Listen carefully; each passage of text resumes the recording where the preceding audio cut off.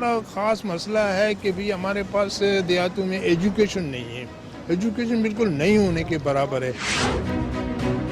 سر vote ڈالنے سے یہ امید ہے کہ تھوڑا بہت جو ہے کام وام جو رکا ہوا ہے انشاءاللہ حکومت وہ کرائے گی، اور جو ہمارا تعلیمی نظام اور صحت کا نظام جو تھوڑا خراب ہوا ہے اس سے بھی امید ہے کہ آنے والی جنریشن جو ہے اس چیز کے اوپر تھوڑا سا آبجیکشن اٹھائے گی۔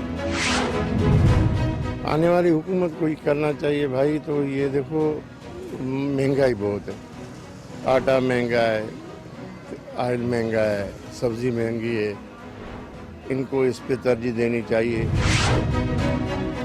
ووٹ ڈالنے سے یہ ہوتا ہے کہ کوئی اچھا امیدوار آئے ہمارے ملک میں، ہمارے علاقوں میں جو آئیں تو کم سے کم جو ہے ہمیں ریلیف ملے، ہمارے علاقوں میں کچھ کام ہو، صحت کے، تعلیم کے یا صفائی ستھرائی کے، یوٹیلیٹی جیسے بجلی کے مسائل ہیں، گیس کے مسائل ہیں، کوئی اچھے لوگ آئیں جو اس بڑھتی ہوئی مہنگائی کو ختم کریں۔ یہ آپ دیکھ رہے تھے کہ عوام کیا چاہ رہی ہے۔ عوام متحرک ہے اور وہ بالکل پرعزم ہے کہ وہ اس بار انتخابات میں ووٹ ڈالنے جا رہے ہیں۔ یہ تو کچھ عوامی تاثرات تھے۔ اب ہمیں ایک بریک کی طرف جانا ہے، ایک بریک لیں گے اور جو اس گفتگو سے کچھ مزید نکات پیدا ہوئے ہیں اس پر ہم گفتگو کریں گے ایک بریک کے بعد۔ ہمارے ساتھ رہیے۔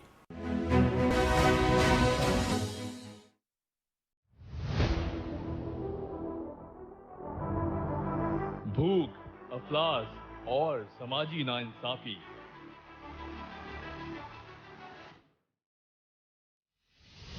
کہیں حادثوں سے پریشان تو کہیں جہالت سے لڑنے کی کوشش کرتا انسان، غفلت کے اندھیروں سے آزاد ہونے کا امکان، امید کی روح سے بدل رہا ہے انسان۔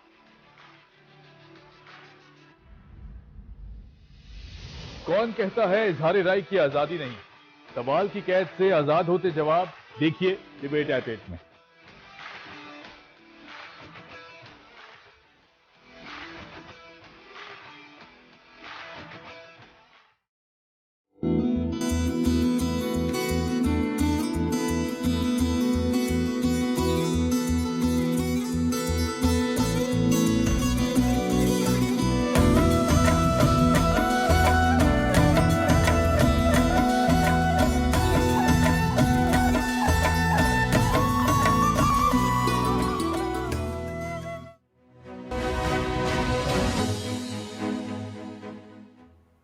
بریک کے بعد ناظرین ایک بار پھر آپ کو خوش آمدید کہتے ہیں اور گفتگو کو آگے بڑھاتے ہیں۔ زیغم خان صاحب جو کہہ رہے تھے، مزمل صاحب جو ہے کچھ کہنا چاہ رہے تھے۔ دیکھیں ہمارے پاس اس وقت تین بڑی سیاست، پہلی بات تو جو کی گئی وہ بلدیاتی اور انہوں نے کہا گلی نالی یونین کونسل، تو اس بار ایم کیو ایم نے بہت اچھا ایک پرپوز کیا ہے بل کے جو نیشنل فنانس کمیشن میں آپ ایک چیپٹر فار بلدیاتی دائیں تاکہ پروونسز کو پابند کیا جا سکے کہ وہ پروونشل فنانس کمیشنز بنائیں اور پیسے جو ہیں جیسے صوبوں سے مرکز میں ایک سسٹم کے تحت جاتے ہیں، صوبوں سے نیچے بھی ایک سسٹم کے تحت جانے چاہیے۔ اچھا ابھی ایک امینڈمنٹ پرپوز کیا ہے انہوں نے ان کے منشور سالوں سے کر رہے ہیں منشور میں جس پہ پی ایم ایل این نے سائن کیا ہے کہ ہم اس کو سائن کرتے ہیں۔ نہیں لیکن سربھی صاحب میرا خیال ہے جو کرٹیسزم ہے وہ تو یہی ہے نا کہ دیکھیں ایک ایسی کرٹیسزم یہ ہے کہ ہمارے یہاں پروونشل فنانس کمیشنز نہیں ہیں، نہیں اور ایک منٹ اور بلدیاتی حکومتیں نہیں ہیں۔ میں اس کے آگے ایک بات مجھے پوری کر لینے دیں۔ پھر اب صورتحال یہ ہے کہ 10-15 سال پیپلز پارٹی نے سندھ میں مسلسل حکومت کی ہے اور وہ صوبائی خود مختاری کی بات بھی کرتے ہیں اور صوبوں کو امپاور کرنے کی بھی بات کرتے ہیں۔ 10 سال پی ٹی آئی نے مسلسل کے پی میں حکومت کی ہے، 10 سال مسلسل پی ایم ایل این نے پنجاب میں حکومت کی ہے۔ تو ہمارے پاس تینوں جماعتوں کی پروونشل گورنمنٹس کا ایک کمپیریٹیو انالیسس تو موجود ہے نا۔ تو آپ بلدیاتی نظام کس نے منظم یا بہتر کیا ہے؟ یس آپ دیکھ لیں۔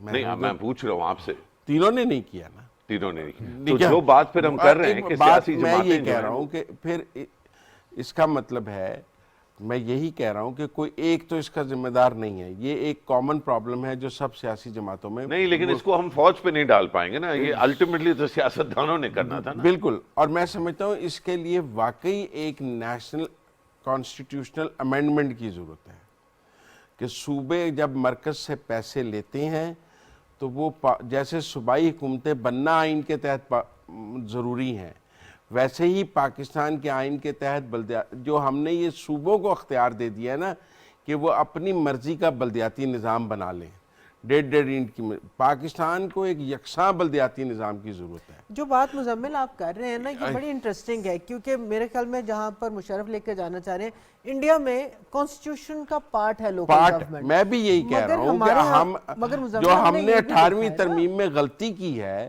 کہ ہم نے صوبوں کو یہ اختیار دے دیا ہے کہ وہ اپنی مرضی کا بلدیاتی نظام بنائیں، لیکن جب دیکھیں جو نہیں ہونا جو لوگ مختلف نظام کے حق میں رہے ہیں، جو پچھلے 8-9 سال میں جن ترکیبوں سے اس نظام کو لانے کی کوشش بھی کی گئی، اس میں 3-4 بڑے ایشوز رہے ہیں۔ ہمارے اداروں کو یہ خاص طور پہ حساس اداروں کو یہ جو ہے کانفیڈنس نہیں ہے کہ صدارتی نظام کے بغیر مستحکم حکومتیں بڑے فیصلے کر پائیں گی۔ ایک یہ بڑا ایشو ہے۔ ہمارے اداروں کو یہ بھی کانفیڈنس نہیں ہے کہ موجودہ پارلیمانی اور کیبنٹ بیسڈ نظام میں جس طرح کی تیز رفتار ڈیسیجن میکنگ چاہیے وہ کر پائیں گے۔ اور سب سے بڑا جو خدشہ ہے میرا خیال ہے، اور یہ ایک طرح سے مزمل بھائی بھی اس کی عکاسی کر رہے ہیں اور اس میں وزن بھی ہے کافی، کہ 18ویں ترمیم کی بدولت جو تقویت ہوئی صوبائی حکومتوں کی، صوبائی نظام کی، اس تقویت میں نہ تو بلدیاتی نظام بن سکا اور نہ ہی جو گٹھ جوڑ بننا چاہیے تھا صوبوں کا اس کے ساتھ کنیکٹیوٹی کا، فیڈریشن کا، وہ بھی نہیں بن سکا۔ تو یہ جو گیپس ہیں بہت عرصے سے ہم ان کو لیٹ سے پرو فوج جو لوگ بات کرتے تھے ان کو ہم بہت حقارت سے اور مطلب جو جمہوریت پسند لوگ تھے وہ کہتے تھے خبردار تم نے 18ویں ترمیم کے بارے میں کوئی بات کی، خبردار تم نے 7ویں NFC کے خلاف کوئی بات کی۔ اب وہی لوگ جو یہی باتیں کرتے تھے آج وہ یہ کہہ رہے ہیں کہ یہ ساری جو چیزیں ہیں ان کو ہمیں پھر سے ان پہ نظر دورانی پڑے گی۔ اس کا جو میں لیسن یا سبق اخذ کرتا ہوں ایٹ لیسٹ میرے لیے وہ یہ کہ کسی بھی وقت پہ کسی بھی چیز کے بارے میں بہت زیادہ سخت مزاج یا سخت موقف جو ہے وہ رکھنا شاید مناسب نہ ہو۔ شاید اگر ہم زیادہ اوپن مائنڈڈ ہوتے 18ویں ترمیم اور 7ویں NFC کے بارے میں 2013, 14, 15, 16 میں، تو شاید جو 2016 میں جو تسلسل شروع ہوا اور جو ایکسپیریمنٹیشن اور جوڑ توڑ اس میں ہم نہیں جاتے وہ کیا تھا، سب پاکستانیوں کو پتہ ہے کہ اس ملک کے ساتھ کیا کیا گیا۔ تو شاید وہ اس بے دلی سے اور بے دردی سے وہ گٹھ جوڑ اور وہ توڑ پھوڑ نہ کی جاتی اور چیزیں آج شاید بہتر ہوتی۔ نیتوں کا بھی ایک بڑا فیکٹر ہے، یہ اکنامکلی ٹھیک ہو سکتا ہے۔ جو میں مطلب آئی ایگری ود مزمل، دیکھیں جو تجربات فوجی حکومتوں نے کیے ہیں نا ان کو سامنے رکھنا پڑے گا۔ بالکل کہ اگر فرض کیا آپ جمہوریت نہ چلنے دیں اور 10 سال کے اندر ایک ڈکٹیٹر جو ہے وہ اپنے آئیڈیاز کسی اور طرح پیش کرے، یعنی ایوب خان کے آئیڈیاز جو بیسک ڈیموکریسی کا آئیڈیا ہے، جو مجلس شورا کی کوشش تھی ضیاء الحق کی، اور پھر یہ جو مشرف، یہ ہمارے دوست نہیں، وہ دوسرے والے مشرف جو لمیہ کے پاس چلے گئے، وہ بھی دوست تھے، تو وہ جو ہے وہ ان کے ساتھ جنرل لکھمی نے مل کے جو کوشش کی تھی، دیکھیں باہر کے آئیڈیاز اٹھا کے نا کٹ اینڈ پیسٹ اور یہاں ان کو امپلیمنٹ کرنے کی کوشش، اس کی وجہ سے ہوا کیا ہے، عوامی سوچ کی ایک تعمیر ہو گئی ہے جس کا آپ نے یہ جو ابھی ہمیں سنوایا لوگوں کا، کہ لوگوں کی ایکسپیکٹیشن ہے کہ اسکول بنانے ہیں، نالیاں بن جائیں، سڑکیں بن جائیں۔ یہ کام نہیں ہے، لا میکرز کا یہ کام نہیں ہے، اسمبلیز کا یہ کام نہیں ہے، نہ یہ کام فیڈرل گورنمنٹ کا ہے، نیشنل اسمبلی کا ہے، نہ پروونشل اسمبلی کا ہے۔ اگر 18 لوگوں کو نہ قومی اسمبلی کا ووٹ اس بنیاد پہ دینا چاہیے، نہ صوبائی اسمبلی کا ووٹ اس بنیاد پہ دینا چاہیے۔ اگر 18ویں ترمیم کے اندر صرف یہاں تک نہ روکا جاتا کہ ہم نے صوبوں کو جو ہے امپاور کیا ہے، وہاں کیپیسٹی نہیں ہے، اور اس کے ساتھ ساتھ درمیان میں ایک پیرلل لائن چل رہی ہے کہ اس ملک کے اتنے صوبے ہونے چاہیے، پنجاب کے اتنے صوبے کر دینے چاہیے۔ انہوں نے کہا یار 4 تو چل نہیں رہے آپ سے اکانومی کی وجہ سے، تو آپ بتائیں کہ 14 کیسے چلائیں گے۔ اس کا مطلب ہے، لیکن وہ جو اس کا یہ مطلب نہیں ہے کہ جو سارا انتظامی ڈھانچہ ہے اس کو لوکل کونسلز تک نہ پہنچایا جائے، ٹھیک ہے نا۔ اگر فرض کیا وہاں سے، دوسری چیز یہ سوچنے کی ضرورت ہے اس وقت لیڈرشپ کو کہ اگر یہ سارے معاملات جو ہیں یہ یونین کونسل تک جائیں گے نا تو وہاں سے ایک نئی لیڈرشپ آہستہ آہستہ اٹھنے شروع ہوگی جو اپنے مسائل حل کر رہی ہوگی. یہ لا میکنگ پہ فوکس رکھیں نا. یہ جس وقت آ کے مانگنا شروع کرتے ہیں کہ اتنا ڈیولپمنٹ فنڈ چاہیے, اتنا ڈیولپمنٹ فنڈ چاہیے, مجھے آپ اسمبلی کے اندر ایک غریب آدمی دکھا دیں جو بیٹھا ہو, اور امیروں سے یہ ایکسپیکٹ کرنا کہ وہ غریبوں کے مسائل حل کریں گے. نہیں, مسائل وہی حل کرے گا جو اس لوکل لیول پہ کام کر رہا ہوگا, جس تک اس کی ایکسس ہوگی. اب ووٹ دینے کے بعد آپ دیکھیں نا, اس راولپنڈی کی مثال لے لیں. کوئی اگر فرض کیا NA55 سے جیتا ہے اور اس کے پاس 5 سال اپنی کانسٹیٹوئنسی بھی نہیں کیا, جب تک جاوید اور فوزیہ میری بات سنیں, جب تک جو آدمی ووٹ لیتا ہے یا عورت ووٹ لیتی ہے وہ اپنی کانسٹیٹوئنسی کو جواب دہ نہیں ہوگی نا. بالکل ٹھیک. ان 5 سالوں میں وہ نہیں ہے. وہ انتظامی نظام لوکل لیول تک لے جانا پڑے گا. بالکل. اور اس کے لیے کام جو ہے نا وہ آج شروع کرنا پڑے گا. صورتحال یہ ہے کہ ہماری سیاسی جماعتیں مرکزی حکومت لینے کی بجائے صوبائی حکومتیں لینے کو زیادہ ترجیح دیتی ہیں, کیونکہ مرکزی حکومت لینا لائبلٹی ہے اور صوبائی حکومت لینا پلیئر ہی پلیئر ہے, کیونکہ NFC سے پیسہ آ جانا ہے, آپ نے خرچنا ہے, آپ کی ذمہ داری کوئی نہیں. بجلی فیڈرل گورنمنٹ کے پاس, گیس فیڈرل گورنمنٹ کے پاس, پیسہ صوبائی حکومت کے پاس. تو یہ نظام میں جو خرابی ہے, میں سمجھتا ہوں اگلے الیکشن میں یہ کانسٹیٹیوشنل امینڈمنٹس آن دا روڈز ہوں گی, کیونکہ بہرحال جو MQM ہے اور چھوٹی سیاسی جماعتیں ہیں جن کے سٹیکس نیچے ہیں اور وہ فیڈرل گورنمنٹ کی اتنی بڑی رنر نہیں ہیں, ان کو جو قومی بلدیاتی حکومتیں چاہیے, کیونکہ ان کا سٹیک وہاں پر زیادہ ہے. تو میں سمجھتا ہوں یہ ہوگا, اور PMLN کے مینیفیسٹو میں یہ بات آ رہی ہے. یہ زیغم, اس ڈسکشن کو اگر ہم کنکلوڈ کریں, بہت کنوینینٹلی نا پبلک ڈسکورس میں یہ بات چلتی ہے جمہوریت نہیں ہے, اور جیسے کہ یہ جڑت نہیں, آپ مقامی حکومتوں کے حوالے سے بات کی کہ جڑت نہیں بن رہی, مگر سیاسی جماعتیں خود سے ڈیموکریٹک نہیں ہیں. وہ اپنے پہ جمہوریت آئے تو کبھی بھی کسی بھی سیاسی پارٹی نے آج تک پولیٹیکل پارٹیز ایکٹ کو ریفارم کرنے کی بات نہیں کی, یا اس سے آگے سوچیں کہ جہاں پر خود کی پکڑ ہو سکے. How would you conclude this discussion? دیکھیے, سیاست میں بھی ایک طرح کا پولیٹیکل سٹیٹس کو ہے. یس, جو اسٹیبلشمنٹ کے معاملات ہیں وہ ٹھیک ہیں, جو ملٹری سول جو فالٹ لائن ہے وہ الگ ہے, لیکن ہمیں خود سیاستدانوں کو, پولیٹیکل کلاس کو بھی ایک الیٹ پار گروپ کے طور پر دیکھنا ہوگا.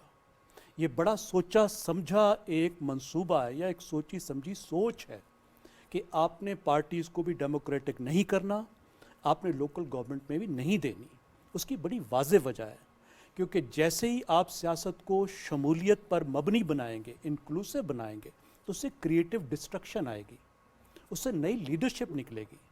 جو اوپر سیاسی پارٹیوں کے جو مالکان ہیں ان کو چیلنج آئے گا, اور نیچے جو چند 100 سیاسی خاندان ہیں جنہوں نے پورے پاکستان کی سیاست پہ قبضہ کر رکھا ہے, اور جس میں ہر الیکشن میں 20-30 نئے کرونی کیپٹلسٹ آ جاتے ہیں, نئے نو دولتی شامل ہو جاتے ہیں, اور یہ صرف چند 100 تک محدود ہے, اس کو چیلنج آئے گا. اس سے پھر ورکر, جینوئن لیڈر نیچے ابھریں گے, and nobody wants this. اور عوام کو کھڑا ہونا پڑے گا. وہ جو ڈھولوں کے آگے ناچ رہے ہیں نا, ان کو کھڑا ہونا پڑے گا کہ یہ تمہارے کی پارٹی نہیں ہے, تم میری وجہ سے جیتتے ہو, مجھے بھی میری یونین کونسل دو, مجھے اپنی یونین کونسل کا چیئرمین بننا ہے, ساری زندگی تمہارے ڈھول کے آگے نہیں ناچنا ہے, مجھے بھی اپنے لوگوں کو براہ راست کچھ دینا ہے, مجھے تم سے مانگ کے نہیں لوگوں کو دینا ہے, مجھے اپنے حق کے فنڈز لے کر لوگوں کو کچھ دینا ہے. ٹھیک ہے زیغم خان صاحب, بہت بہت شکریہ آپ کا. مزمل سہروردی صاحب آپ کا شکریہ. عامر غوری صاحب آپ کا بھی بہت شکریہ. مشرف زیدی صاحب آپ ہمارے ساتھ اس گفتگو میں شامل رہے, آپ کا بھی بہت بہت شکریہ. ان تمام جو نکات ہم نے آج کے اس خصوصی پروگرام میں اٹھائے ہیں, اس کے باوجود پاکستان کی سیاسی جماعتوں میں بہرحال یہ اہلیت ہے کہ وہ آگے بڑھ سکتی ہیں, پاکستان کے اس نظام کو آگے بڑھا سکتی ہیں, عوامی مسائل حل کر سکتی ہیں. ہم نے مختلف سیاسی جماعتوں کو حکومتوں میں دیکھا ہے. آئین اور قانون کے مطابق جمہوری نظام کا جو تسلسل ہے وہ بھی بہت ضروری ہے, اور عوامی مسائل کا جو حل ہے وہ بھی بہت ضروری ہے. اور اس تمام تنقید کے باوجود بھی یہ جو انتخابات ہونے جا رہے ہیں اس میں ہم دیکھ رہے ہیں کہ پاکستان کی اکثر سیاسی جماعتوں نے بہت سے نئے چہروں کو بھی انکریج کیا ہے. اس میں خواتین بھی ہیں جو جنرل سیٹس کے لیے الیکشن لڑ رہی ہیں, اور اس کے ساتھ ساتھ نئے یوتھ بھی ہے. یہ پاکستان کی سیاست کے لیے میرے خیال میں ایک بہت اچھی بات ہے. ان الفاظ کے ساتھ ہمارے آج کے اس پروگرام کا وقت ختم ہوتا ہے. کل میں اور فوزیہ یزدانی آپ کی خدمت میں دوبارہ حاضر ہوں گے کچھ نئی تفصیلات کے ساتھ. اور آج تو ہم نے ایک عمومی بات کی پاکستان کے انتخابی منظرنامے کے حوالے سے. کل انشاءاللہ کچھ اور اسپیسیفک باتیں بھی آپ کے ساتھ کریں گے. ہمیں اجازت دیجیے. اللہ حافظ.